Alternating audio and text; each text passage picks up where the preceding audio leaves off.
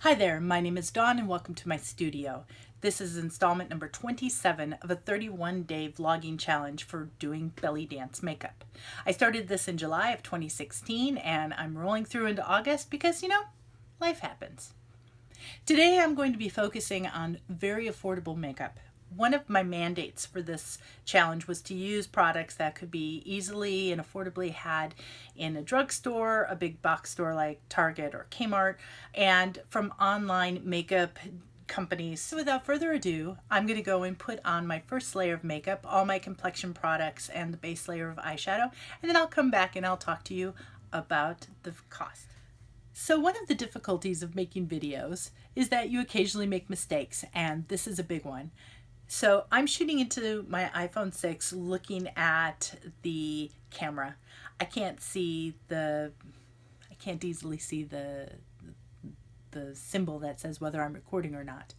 And so I didn't notice that my camera had stopped recording because it had run out of memory. I had to stop and empty some stuff off my phone and reshoot this video. So I began by priming my face. Today I used this Garnier 5-second blur. This is a replacement product to the L'Oreal blur I was using earlier in the month. I ran out. I've switched to this. This is more affordable and it's got a pink tint which I think really brightens my skin up. I don't know. I'm gonna try it. We'll see. And I'm still using this Boots number 7 Instant Wrinkle Filler, which works like spackle for around the eyes and the lips and other places where you might have wrinkles and crinkles. I certainly do. And this is wonderful. The most expensive product on my face right now. Love it. Love this product if you're over 40. My complexion, which included my BH Cosmetics concealer wheel, my L'Oreal True Match foundation in N2, and my L'Oreal True Match powder in C2.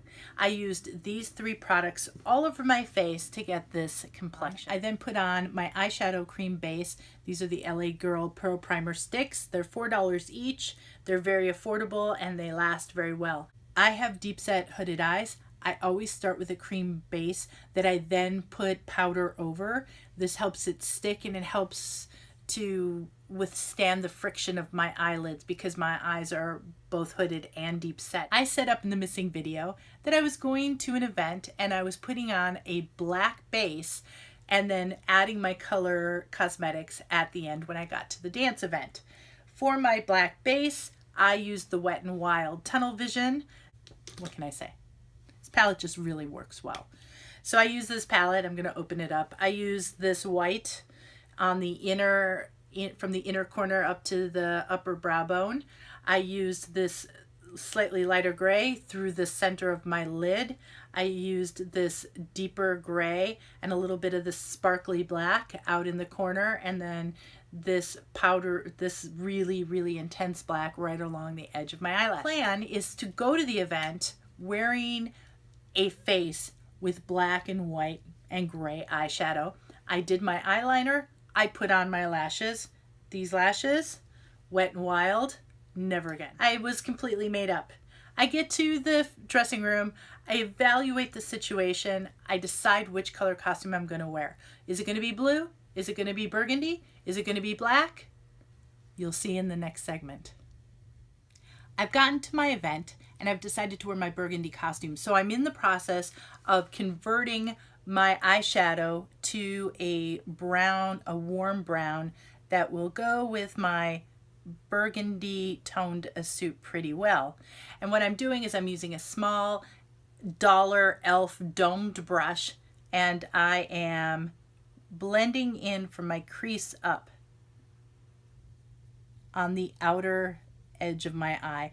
I'm looking down into a mirror below and I'm tapping that in. And I like to use a patting motion. If you want a real foiled look, you can wet this, but I think for this deeper brown, the natural shine of the eyeshadow is enough for me. And I'm gonna go and blend it. I like to do both eyes, so I'll do the right eye and then I'll use the same color on the other eye. So I recommend you start with your worst eye, the eye that you have the least control over, because one eye always goes together while the other one always seems to be a bit of a pain. your better eye do second, because you're better with that eye, you can match any mistakes you make. So I'm getting all this dark in here and into my crease and pulled up onto my brow bone. Okay, and that's how I'm creating that. Now, so you can see it's starting to warm up. Now I'm going to take this and I'm going to brush it off very well. If you have a color changer sponge, you can use your color changer sponge. If you don't, you can rub it on a piece of paper towel, works just fine. A little more difficult if you foiled it.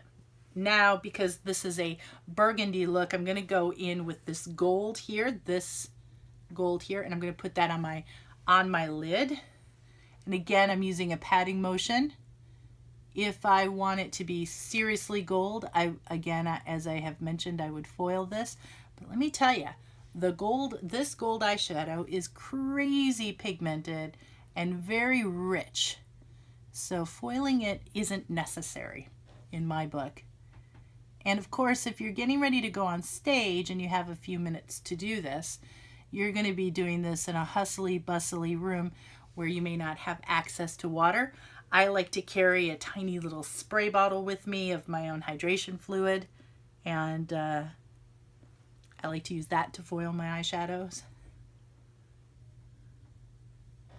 And here we go.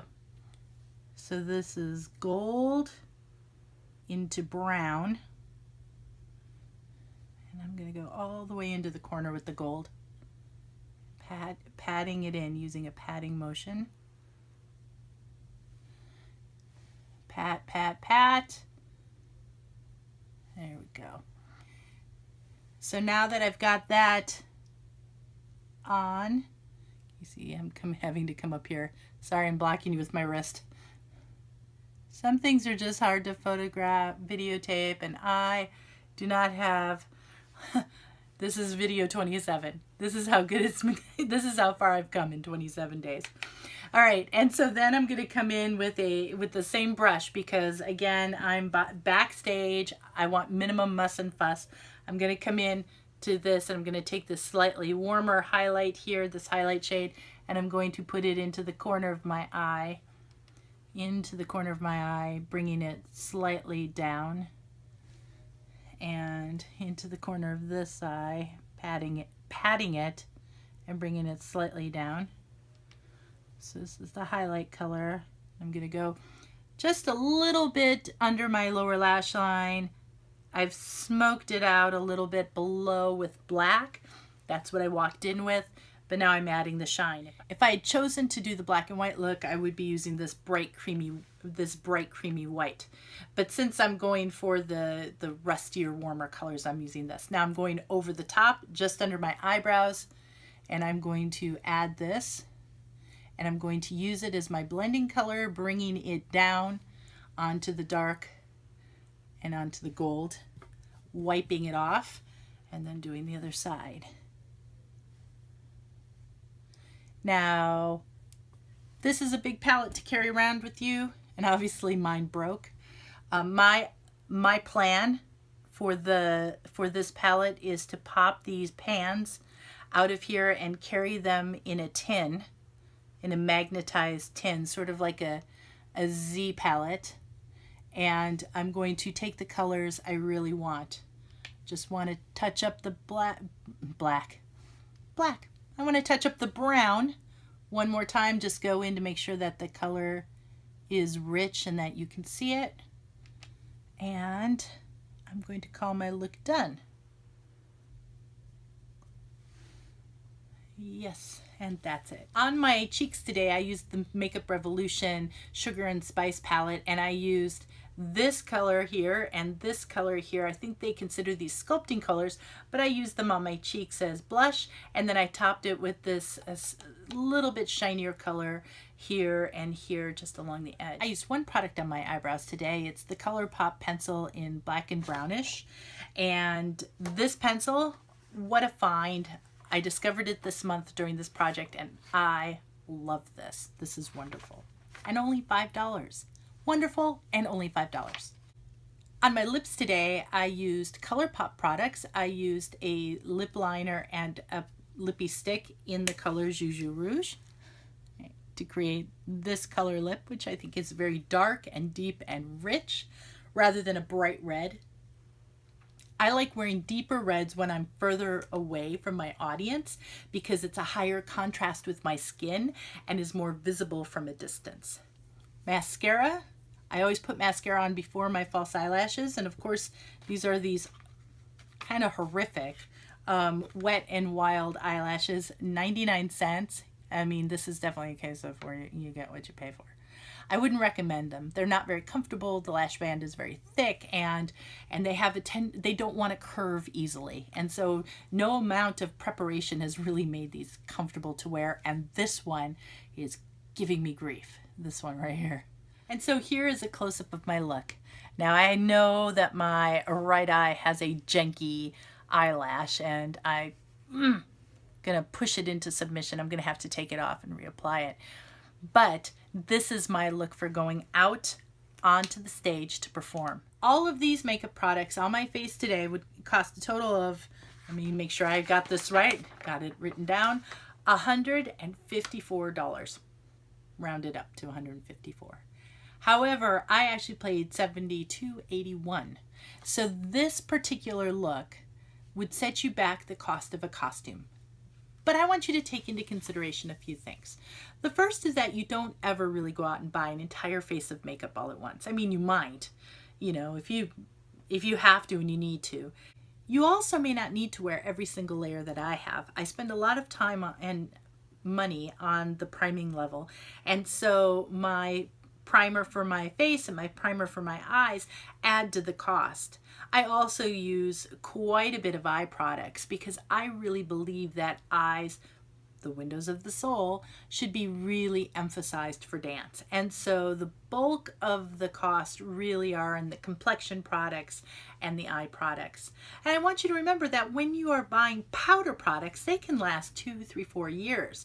So if you buy a palette of eyeshadows, you can literally use it until they run out.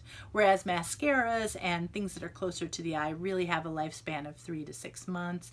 Due to bacterial overgrowth, drying, mascara will dry out. So some products will last longer or dry out faster depending on what type of product it is. I also really like setting a budget. So a monthly budget, whether it's $2.50 and you have to save up a couple of months to buy something, or if it's $50 and you can be very extravagant and buy designer products, you get to decide what's right for you. I personally like a mix of high-low. I like budget brands because I like to save money, but I also will occasionally indulge in some higher priced brands.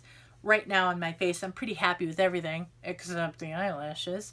And I would definitely repurchase anything that's on my skin today.